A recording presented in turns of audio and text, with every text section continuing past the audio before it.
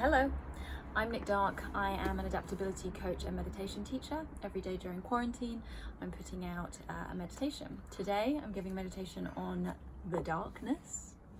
And as always, I'll read a sutra from the Radiance Sutras by Lorin Roche. I will talk to it a little bit and then read it a couple more times. So do whatever you like to do to get comfortable. And take a couple of deep breaths just to tune in, and I'll read sutra number 64. Secrets are hidden in darkness and difficult nights. You awaken into a pang of aloneness, a howl of separation. This is the call of the Dark One, the roar of life seeking its source. The union you long for is within reach. Throw off all hesitation, become one with the fear.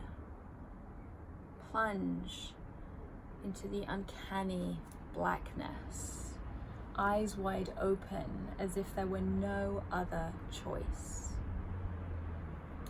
Vibrating with fierce tenderness, breathe intimately with the Lord of infinite space.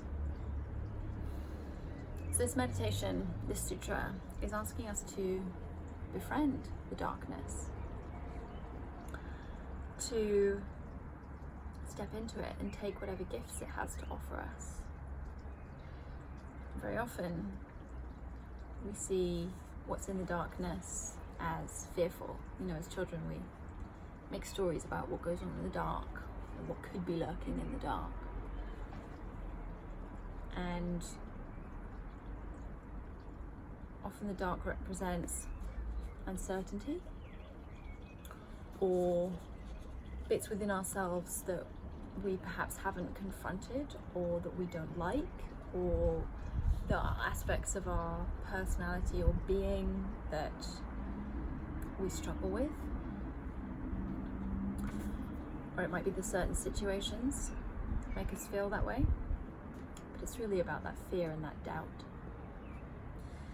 And we can do one of two things. We can try and avoid it, or we can step into it. And this really then calls into question the notion of duality, of polarity, light and dark, positive and negative. And we're kind of conditioned, or we get into the habit of just wanting to take one side of things. We don't want what's in the dark. It's difficult, no thanks.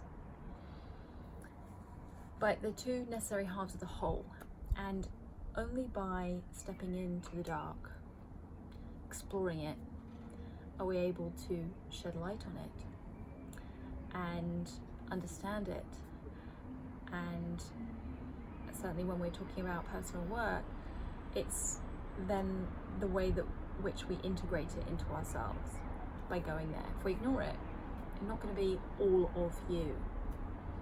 And that's what this is about. If you want to be all singing, all dancing, life force, love, energy, then you need all of you to be that. And so there are bits of you that might be lurking down in the darkness, our shadow self, our fears, our doubts that we try to brush over or ignore. But you're doing yourself a massive disservice by doing that. By going there, by looking at those, by accepting them as part of yourself, by becoming friendly with the darkness, in order to understand and shed light on them, we can then take the gift that they have to offer us.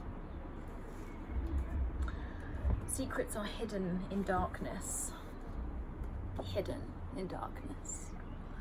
and difficult nights, frustrated that they interrupt our pattern. And we see it as difficulty. You awaken into a pang of aloneness, a howl of separation. both fear, both doubt, most likely in yourself, really, when you get to the root of it. And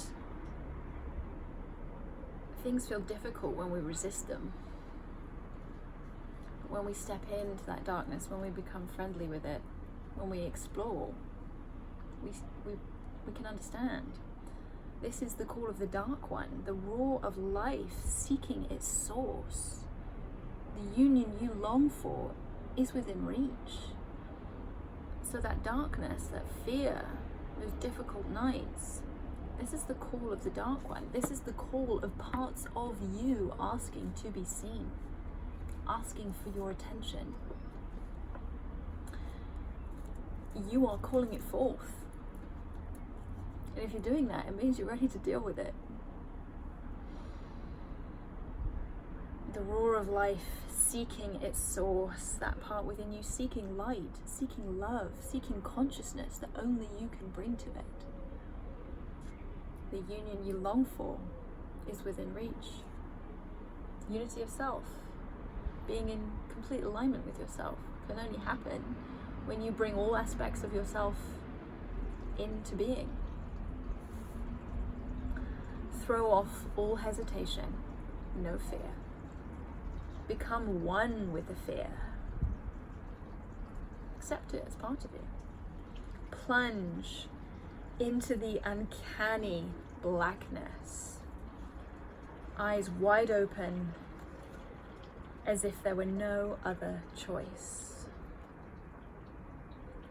Become one with the fear. Plunge into that uncanny blackness. It's always darkest before the dawn. Wound is portal. The darker, the deeper you go, the lighter and brighter you're going to shine out the other side of it. It's the bigger the gift is there waiting for you, if you have the ability to explore it. But knowing that it's only ever you that you're going to explore. And so vibrating with fierce tenderness, of self-love, of compassion. If you're exploring with someone else, breathe intimately with the Lord of infinite space. The darkness isn't infinite.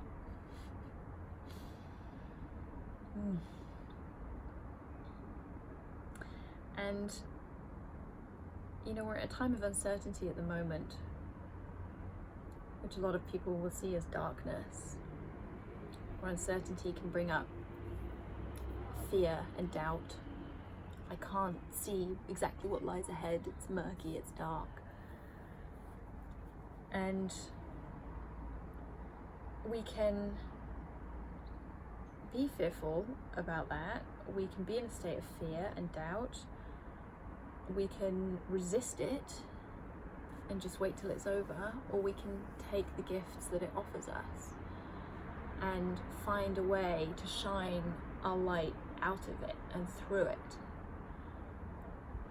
Whether that's seeing what you can create and bring to the world under different circumstances, or if it's changed your circumstances, if it's taken away your work, what you thought was your purpose or your, creative outlet. What is coming up right now that you can access and address? And as I say,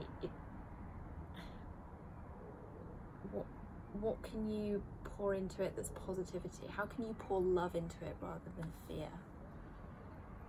Because if you want a positive outcome, you have to pour positivity into it. You have to pour love into it. How can you befriend that darkness? How can you befriend uncertainty? Well, in uncertainty, there's possibility.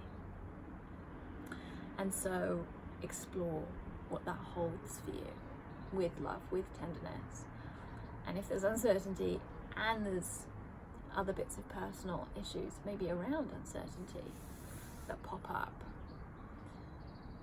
how do we come to those with tenderness and love as well? And I think to some extent that is knowing that if life is changing for you, to some degree you have called it forth. And in this situation, for many of us, we've all called it forth, because we all need to maybe address some of our darkness, our shadow selves, how we connect with each other, with our environment, with life.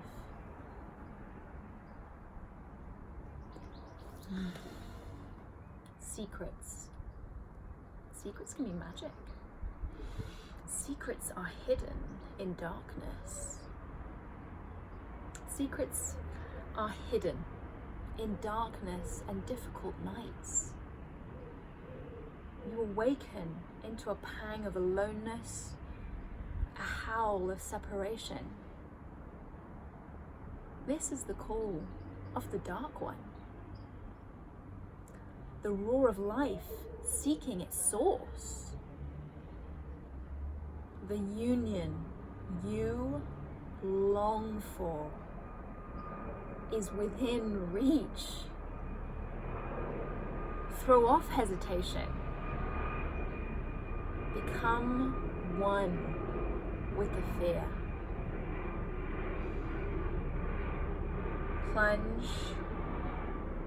Plunge into the uncanny blackness, eyes wide open, as if there were no other choice.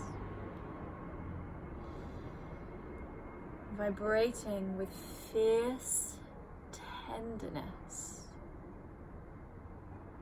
Breathe intimately with the Lord of infinite space.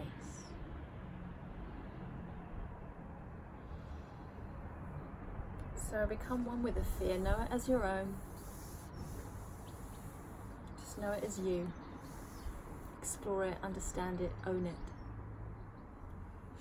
Bring light to it by that exploration, by the light of consciousness that you bring to it. And be tender with yourself as you go. It's a deep act of self-love to explore all parts of you and to accept all parts of you and to integrate those parts. And if you do wake up in the middle of the night, go for a walk around the house in the dark. Anchor yourself in yourself and be okay in the darkness. Play in the darkness. Know what possibility it offers you. And go for a walk in the dark. Well, if it's safe to do so. Because in some places, realistically, it's not. But hey, isn't that an interesting point, right? It's always safe to explore you. And it's always safe to explore what possibility there lies in shadow aspects of ourselves and other ways that we can show up for life.